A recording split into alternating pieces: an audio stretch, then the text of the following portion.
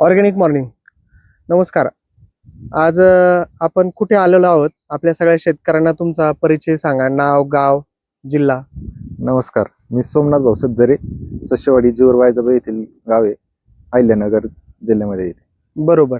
तर आपण हे कांद्याचं क्षेत्र घेतलेलं आहे. हो. तर कोणता कांदा आहे हा? हा आपला लाल कांदा आहे. हो. किती दिवसाचा आहे? 3 महिन्याचा होता. 3 महिन्याचा आहे.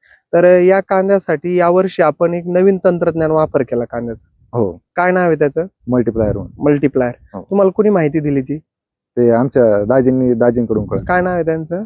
जालिंदर ससे. जालिंदर ससे यांनी माहिती दिली ती. हो. त्यानुसार तुम्ही ते वापर केला. हो.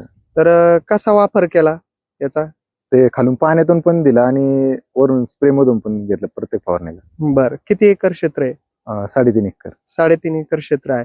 तर रसायन खताबरोबर कसं दिलं आणि फवारणीतनं तुम्ही किती फवारणी घेतल्या? प्रत्येक फवारणीत प्रत्येक स्प्रे मधून घेत चाललो हा. आणि एकरी म्हणजे पाण्याला महिन्यातून एकदा 1 किलो सोडलं. महिन्यातून एकदा 1 किलो आपण ह्या कांद्याला सोडलेलं आहे. हो. हा लाल कांदा आहे. मध्ये काही पावसाचं तुम्हाला काही नैसर्गिक आपत्तीचं काय आहे? हा थोडंफार झालं होतं कांद्यावर परिणाम. हा. पण स्प्रे घेतल्याच्या नंतर झालं म्हणजे clear. त्याच्यातनं क्लिअर झाली कांदे का? बर. आता रासायनिक खताचा आणि बाकीचे जे शेतकऱ्यांनी डोस केलेले आहेत त्याच्यामध्ये खर्चाचा तुम्हाला कमी झाला का जास्त झाला यावर्षी खर्च? नाही, खर्च कमी झाला. दरवर्षी 3 खताचे डोस घेत होतो. हा. यावर्षी 2च खताचे डोस टाकले. 2 खताचे डोस घेऊन तुमचा कांदा चांगला वाटतो का? हो. एक नंबर आहे. हो. बर. आता काय काय अनुभव आला तुम्ही हे सगळं या पद्धतीने शेड्यूल दिल्यावर? पांढऱ्या मुळ्यांची वाढ चांगली वाटली खालून सोडल्याच्या नंतर. जमीन भुसभुशीत राहिली. दाखवा कशी झाली भुसभुशीत जमीन. नाही कांदा नाही, हा कांदा उकरून दाखवा जमीन. हो. आणि स्प्रे मधून घेतल्याच्या नंतर पातीत कडकपणा आला. हा. रोग प्रतिकार शक्ती तस काय चांगली. बर.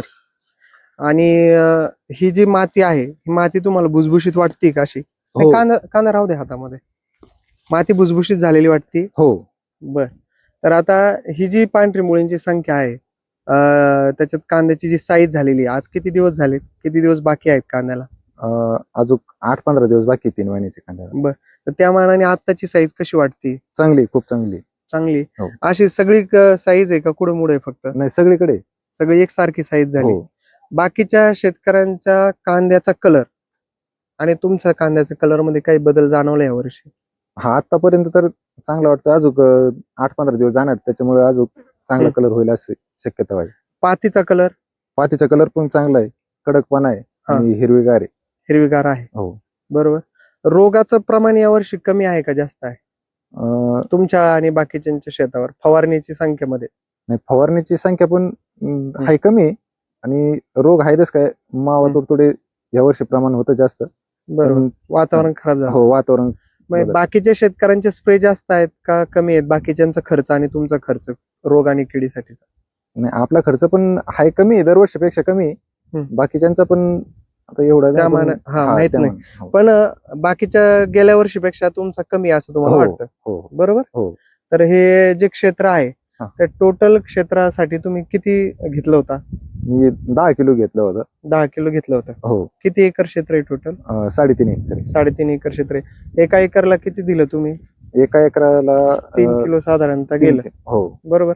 आता काही फवारण्या बाकी आहेत. हो. हे इथून खाली सगळं क्षेत्र आपलंच आहे ना? हो. बरोबर. एकंदरीत वापरून तुम्ही समाधानी आहात? हो. खर्च कमी झाला? हो, खर्च कमी. बाकीच्या शेतकऱ्यांना काय सांगाल तुम्ही? शेतकऱ्यांना हेच सांगणं की एकदा वापरून बघा. बरोबर. फरक वाटला तर अनुभव घेतल्याशिवाय कळत नाही. हा. यावर्षी तुम्ही अनुभव घेतला. हो. ठीक आहे. धन्यवाद. ऑर्गॅनिक भारत मिशन मध्ये सामील झाल्याबद्दल धन्यवाद.